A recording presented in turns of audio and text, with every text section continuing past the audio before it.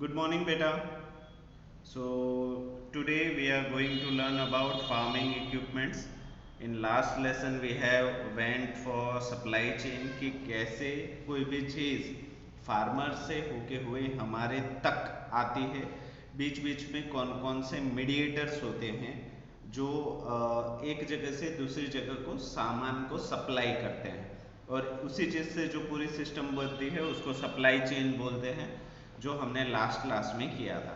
So in last class we were left with the farming equipments कि खेती बाड़ी करने के लिए जिन जिन साधनों की ज़रूरत हमें होती है उनके बारे में आज हम पढ़ेंगे।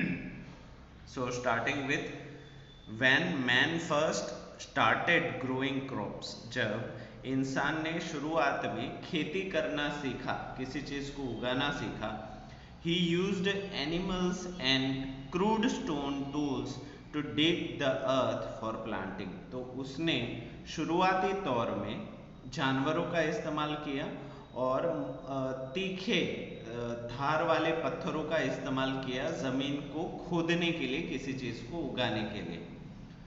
Most of the work he did using the bare hands, ज़्यादातर काम खेतीबाड़ी का उसने अपने खुद के हाथों से ही किया। Now farming has come a long way, क्योंकि अभी खेतीबाड़ी को बहुत ही लंबा वक्त हो गया है, ऑलरेडी हम बरसों से खेती कर रहे हैं।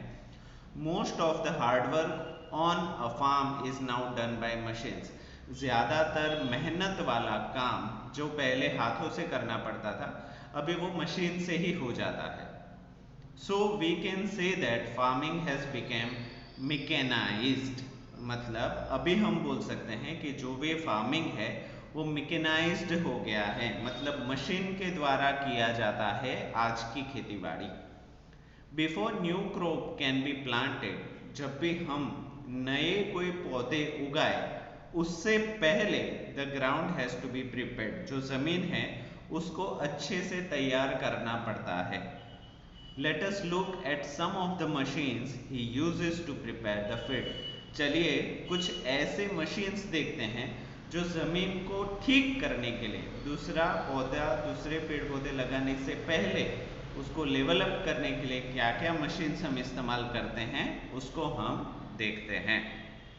तो पहला जो येलो कलर में आपको दिख रहा है मैं आपको दिखा देता हूँ, ये वाला पोर्शन हम पढ़ने जा रहे हैं। तो इसको पढ़ने से पहले मैं चाहता हूँ कि आप इसकी जो फिगर है ना उसको अच्छे से देख लीजिए।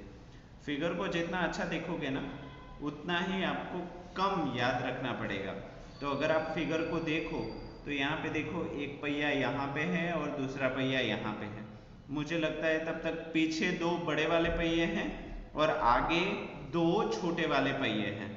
और ध्यान से देखो तो यहाँ पे हैंडल भी है कि नहीं, और यहाँ पे दूसरा अटैचमेंट भी है। अगर आप चाहो तो इसे ट्रैक्टर के साथ भी कनेक्ट कर सकते हो, वैसा है, और चाहो तो बैलगाड़ी के साथ भी कनेक्ट कर सकते हो।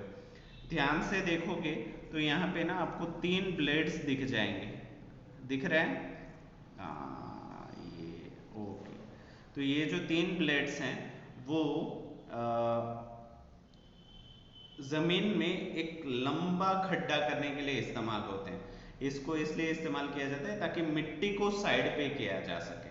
तो ये पूरी मशीन तो हमने देख ली, अभी इस मशीन का काम क्या है और नाम क्या है दोनों ही चीज़ें हम देखते हैं। अब प्लफ, इसका नाम क्या है? प्लफ। प्लफ मतलब खींच के किसी चीज़ को निकालना, ये याद रखिए। तो इसको प्लफर भी बोल सकते हो, बट यहाँ पे प्लफ लिखा है। A plough is used to dig the land.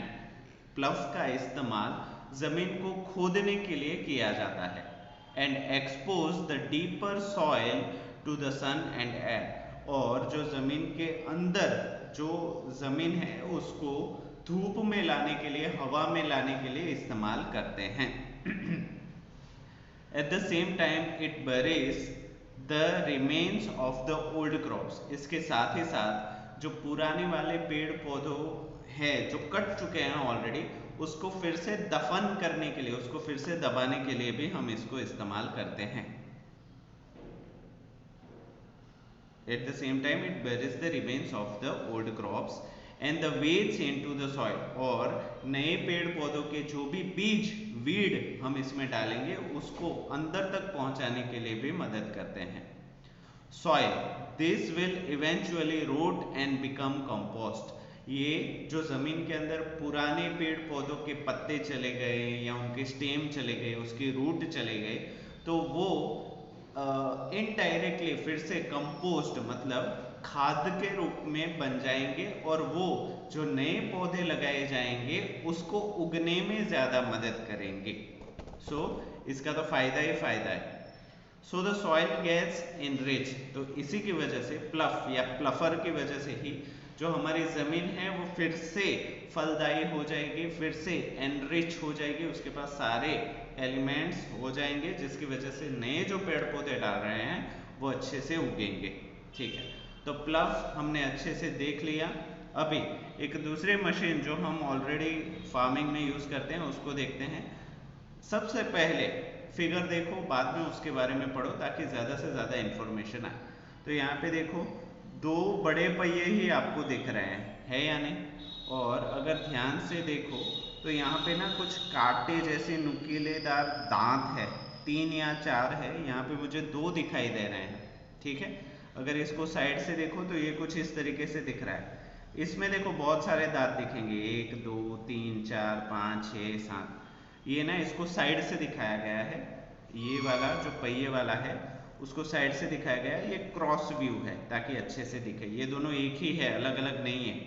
ठीक है, और इसको ऊपर हैंडल दिया गया है और यहाँ पे ना कुछ है ऑपरेट करने के लिए, वो क्या है वो हम पढ़ेंगे तब देखेंगे। और साथ में भी यहाँ पे देखो थोड़ा ना सपोर्ट जैसा है, तो मुझे लगता है ये बैल के ऊपर पहनाने के लिए होगा।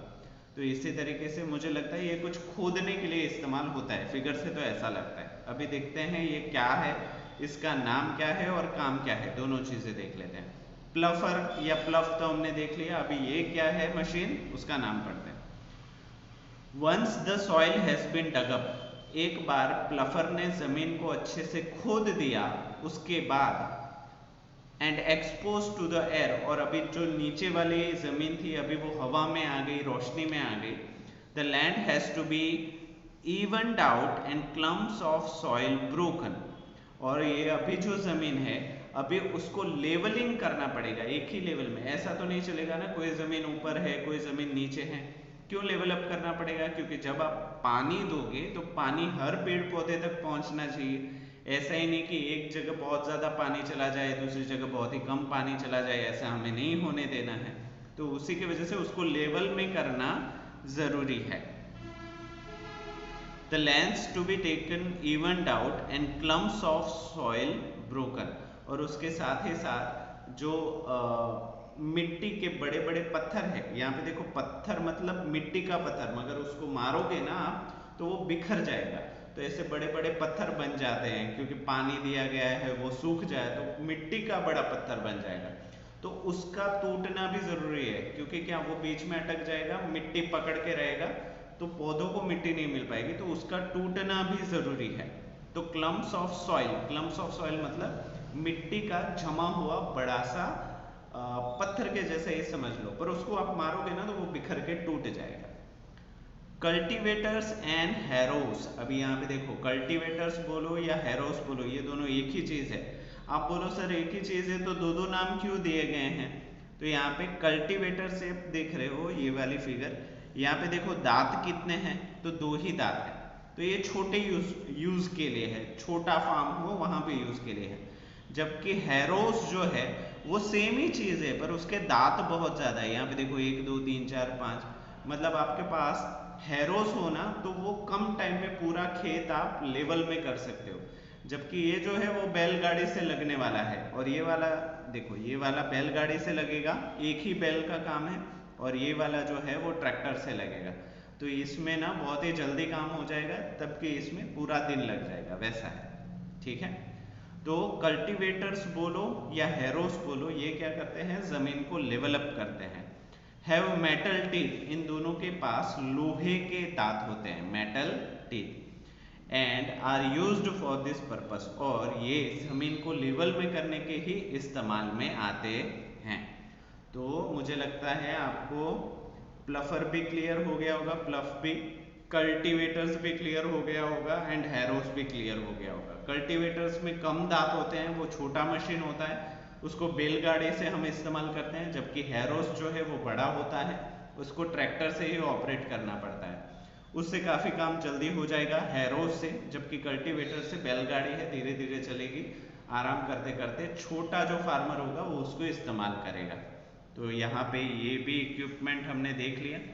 अभी ये वाला इक्विपमेंट देखते हैं। सबसे पहले जैसे कि मैंने बताया, फिगर देखो, फिगर देखने से ना बहुत सारी प्रॉब्लम सॉल्व हो जाती है। तो यहाँ पे आप बोलोगे सर फिगर तो यहाँ पे काफ़ी इजी है, कुछ ट्रैक्टर दिख रहा है और ट्रैक्टर के पीछे कुछ लगा हुआ है। अभी वो क्या लगा हुआ है वो हम देखते हैं। If the farmer feels that the soil is little loose, अभी अगर फार्मर को ऐसा लगता है, किसान को ऐसा लगता है कि जमीन जो है वो लूज है, needs to press to make it firm before sowing the seeds, बहुत ज़्यादा अगर ज़मीन लूज हो जाएगी ना तो पौधे ना अंदर चले जाएंगे, और पौधे अंदर चले गए तो उसको रोशनी धूप वगैरह नहीं मिलेगी। ज़मीन ना ही बहुत सॉफ्ट होनी चाहिए ना ही बहुत हार्ड होनी चाहिए अच्छी खेती करने के लिए। तो कभी कभी क्या होता है, बहुत ही ज़्यादा फार्मिंग करने की वजह से कभी कभी ज़मीन जो होती है वो 1.5-2 फुट तक सॉफ्ट हो जाती है, मतलब आपने पैर डाला ना तो 1.5-2 फुट अंदर चला जाएगा। अगर वैसे ही चला जा रहा है तो बाद में आप पौधा डालोगे वो भी धीरे धीरे नीचे चला जाएगा, ना ही उसके ऊपर रोशनी पड़ेगी और वो बहुत ही ज़्यादा पानी के अंदर चला जाएगा। ऐसा भी नहीं होना चाहिए। तो उसके लिए अगर फार्मर को लगता है कि ज़मीन बहुत ही सॉफ्ट हो गई है, बहुत ही लूज हो गई है and needs to be pressed to make it firm, और उसे लगता है कि ज़मीन को दबाना पड़ेगा, कंप्रेस करना पड़ेगा कुछ भी चीज़ें उगाने से पहले या फिर बीज डालने से पहले, तो he use rolls for this purpose. तो उसके पास एक बड़ा सा रोलर होता है, जैसे कि आपको फिगर में दिख रहा है, देखो ये बड़ा सा ना रोलर है, सिलेंडर के जैसा दिख रहा है। इसका बहुत ज़्यादा वजन नहीं होता बट नॉमिनल वजन होता है। एक सिलेंडर, जैसे हम रोड रोलर देखते हैं ना, रोड को सपाट करने के लिए जब हम इस्तेमाल करते हैं, ये कुछ इसी तरीके का होता है बट उतना वजन वाला नहीं होता। तो इसको क्या करता है फार्मर, अगर उसको लगता है कि ज़मीन बहुत ही ज़्यादा लूज है तो उसके ऊपर पूरा इसको घुमाता है चक्कर, तो सारी ज़मीन बैठ जाती है। पर आप बोलोगे सर ज़मीन बैठ गई तो अभी जब हम सीड डालने वाले थे वो जगह भी चली गई, तो हमें फिर से वो प्लफर का इस्तेमाल करना पड़ेगा। हाँ, ज़मीन को दबाने के बाद प्लफर का इस्तेमाल करो तो अच्छी बात होती है। क्यों? क्योंकि वो अभी ज़मीन बैठ गई है, ज़्यादा अंदर नहीं जाएगी। ठीक है, तो शुरुआती तौर पे ये चीज़ करना ज़्यादा सही रहेगा। ठीक है, तो इसको हम क्या बोलेंगे, रोल्स। अभी पूरे ट्रैक्टर को रोल्स मत समझना, सिर्फ ये जो है ना रोलर, यही रोल्स है। इसको रोल्स बोलो या रोलर बोलो, दोनों चीज़ें सही है। तो ये भी एक फार्मिंग इक्विपमेंट हो गया। अभी दूसरा फार्मिंग इक्विपमेंट देख लेते हैं। यहाँ पे है कि नहीं, दो बड़े बड़े टायर है, बीच में कुछ काटने वाली चीज़ है मुझे लगता है, और यहाँ पे देखो दो डंडियाँ लगी हुई है, मतलब ये बैलगाड़ी से ही ऑपरेट होती है, ट्रैक्टर का कुछ सेटिंग दिया नहीं है। तो देखते हैं ये क्या है। Big farmers who have acres of land, बड़े बड़े किसान जिनके पास खेती करने के लिए एकड़ों में जमीन है, बहुत सारे एकड़ जमीन है, use distributors and special wagons for adding fertilizers and manures and their foods। वो उतने बड़े खेत में अपने हाथों से अगर मैन्योर डालने जाएंगे, फर्टिलाइजर डालने जाएंगे, फर्टिलाइजर और मैन्योर दोनों क्या करते हैं, पेड़ पौधों को हेल्प करते हैं उगने के लिए अच्छे से। ठीक है, तो अभी वो इतना बड़ा खेत है, पूरे खेत में अपने हाथ से मैन्योर डालने जाएगा या मजदूरों से डलवाएगा तो बहुत ही महंगा पड़ेगा। तो उसके लिए ना उसके पास ऐसा डिस्ट्रीब्यूटर होता है। डिस्ट्रीब्यूटर उसका नाम है, उसी तरीके का काम है। डिस्ट्रीब्यूट मतलब बांट देना, तो ये डिस्ट्रीब्यूटर मतलब बांटने वाला। कैसे बांटेगा, यहाँ पे जो लाइन है ना वहाँ पे एक पैसेज होता है, एक जगह पे जगह होती है कंटेनर के जैसे, उसके अंदर फर्टिलाइजर्स और मैन्योर डाल दिए जाते हैं, भर दिए जाते हैं। बाद में इसको बैलगाड़ी से उसको पूरे खेत में घुमाया जाता है। तो ऑटोमेटिकली ना नीचे इस पे ना स्लॉट होते हैं, उस स्लॉट के हिसाब से ना वो मैन्योर डालता जाता है। यहाँ पे डाला, थोड़ा आगे गया वहाँ पे डाला, इसी तरीके से पूरे फार्म में ये डिस्ट्रीब्यूट कर देता है मैन्योर और फर्टिलाइजर्स पे। इससे क्या होगा, इतना बड़ा खेत है तो पूरे खेत में सही तरीके से हम फर्टिलाइजर और मैन्योर डाल सकते हैं। तो ये था हमारा डिस्ट्रीब्यूटर जो खेती में इस्तेमाल होता है। और क्या है, और भी दो हैं, उसको भी देख लेते हैं। सीड ड्रिल्स मतलब, चलो ये पहले तो फिगर देख लो, मैंने उसका नाम पढ़ लिया बट पहले देख लो। हाँ, इसके दो टायर है, बीच में ना कुछ जैसे हमारे पास स्पाइडर होता है ना, स्पाइडर के कैसे पैर होते हैं, यहाँ पे कुछ इस तरीके के पैर दिख रहे हैं सभी को, आपको भी दिख रहे होंगे, है कि नहीं? इस तरीके के कुछ पैर हैं और ये शायद बैलगाड़ी से भी कनेक्ट होगा और ट्रैक्टर से भी कनेक्ट होगा। यहाँ पे कुछ दिखाया, पीछे वाला हिस्सा नहीं दिखाया बट दोनों से शायद होता होगा। तो अभी इसका नाम क्या है, काम क्या है, देखते हैं। Seed drills are used for sowing the seeds, जैसे कि इसका नाम है सीड ड्रिल। सीड मतलब होता है बीज और ड्रिल मतलब होता है होल करना, ठीक है, छेद करना। तो ये मतलब बीज में छेद करता है ऐसा नहीं है, ये जो बीज है उसको छेद करके जमीन में डाल के बाहर निकाल देता है। तो जैसे यहाँ पे पैर दिख रहे हैं ना, वैसे ही पैर होते हैं, वो क्या करेंगे, यहाँ पे उसका बीज होगा तो ये अंदर डालेंगे ऐसे और बाद में वापस चले आएंगे, ऐसे ऐसे ऐसे ऐसे करेंगे। तो ये ना पूरे बीज अंदर तक चले जाएंगे और धीरे धीरे उग के बाहर आ जाएंगे। So seed drills are used for sowing the seeds, इसको बीज को बोने के लिए इस्तेमाल, सोइंग मतलब बोना, जमीन के अंदर डालना। Sometimes the seeds are broadcast or scattered by hand, कभी कभी इन्हीं बीजों को ब्रॉडकास्ट किया जाता है और स्कैटर्ड बाय हैंड, और हाथ से भी उसको फैला के डाला जाता है। बट सीड ड्रिल भी एक इंस्ट्रूमेंट है, मशीन है जिसको हम इस्तेमाल करते हैं, ठीक है। ब्रॉडकास्ट का मतलब आपको पता ही होगा, एक साथ बहुत सारी जगह पे एक ही वक्त पे उगा देना मजदूरों के द्वारा, उसको बोलते हैं ब्रॉड मतलब फैला हुआ, कास्ट मतलब एक ही टाइम पे उगाया गया। ऐसे भी कर सकते हो और इस मशीन का भी इस्तेमाल कर सकते हो। और कुछ कुछ खेत तो ऐसे ही हाथ से टाल डाल के उसको उगाते हैं, तीनों चीजें सही है। तो ये भी एक हो गया। अभी दूसरा है, यहाँ पे देखो कुछ, यहाँ पे मिट्टी तो आपको दिख रही है, ये हैंडल भी दिख रहा है और ये कुछ रेड कलर का स्टील मेटल का होगा, वो भी आपको दिख रहा है। अब ये सिंपल तो आपको पता चल गया ये क्या है, फिर भी इसके बारे में पढ़ते हैं। Sometimes workers use forks to separate the manure in the seed beds, कभी कभी क्या करते हैं मजदूर ही जो काम करने वाले हैं वही एक बड़े से फॉक्स, जैसे आप चम्मच होते हैं ना, काटा चम्मच, उसी तरीके का ये बड़ा सा फॉक होता है, अपने हाथ से बड़ा काटा चम्मच समझ लो इसको। जिससे क्या होता है, जो भी खाद हमने डाला है ना उसको मिट्टी हम अच्छे से मिक्स कर सके, इसको ऐसे ऐसे कर सके। तो उसके लिए ये फॉक्स का इस्तेमाल हो जाता है टू स्प्रेड द मैन्योर, जो हमने खाद डाला है उसको फैलाने के लिए। इन द सीड बेड्स, जो भी हमारे सीड बेड है उसको हर सीड बेड को अच्छे से खाद मिले उसी तरह फैलाना पड़ता है, तो उसके लिए फोक्स इस्तेमाल होते हैं। तो ठीक है, समर एंड विंटर क्रॉप्स यहाँ से हम बाकी रखते हैं, ज़्यादा नहीं लेते। तो आज के पूरे दिन हमने फार्मिंग इक्विपमेंट्स ही देखे, फिर से एक बार देख लेते हैं कौन कौन से इक्विपमेंट देखे। हमने प्लफ देखा जो ज़मीन को खोदता है और किनारी बनाता है। दूसरा हमने देखा कल्टीवेटर्स, जो बैलगाड़ी से ऑपरेटर होता है, कम दांत होते हैं, और उसका एक बड़ा स्वरूप है हमारा हैरोज, जो ट्रैक्टर से चलता है। ये क्या करता है, मिट्टी को लेवल अप करता है, एक ही लेवल में लाता है। उसके बाद हमने रोलर देखा, जो जमीन अगर ज़्यादा सॉफ्ट हो गई हो तो उसको दबा के फिर से मजबूत बनाता है। उसके बाद डिस्ट्रीब्यूटर्स देखा, जो खाद को, फर्टिलाइजर को और मैन्योर को पूरे खेत में एक समान तरीके से लगाता है। उसके बाद हमने सीड ड्रिल देखा, जो जमीन के अंदर बीज को अंदर तक डालने के लिए इस्तेमाल होता है। उसके पैर वो स्पाइडर के पैर के जैसे होते हैं। और उसके बाद हमने फोक्स देखे। इसके अलावा भी बहुत सारी मशीनें हैं जो आज के वक्त खेत में इस्तेमाल होती है। तो ऐसा नहीं है कि बुक में इतनी मशीन दी गई है तो पूरी दुनिया में इतनी है, नहीं, लाखों करोड़ों मशीन्स हैं जो आज के वक्त में एग्रीकल्चर में इस्तेमाल होती है। बट ये कुछ बेसिक थी जो आपके जानने के लिए ज़रूरी है। तो बेटा आज के लिए हम इतना ही रखते हैं।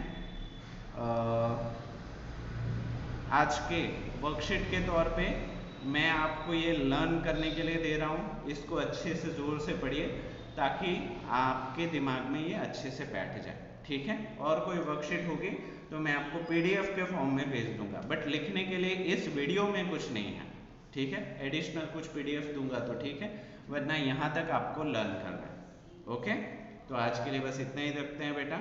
वीडियो को पूरा देखने के लिए आप सभी का थैंक यू सो मच।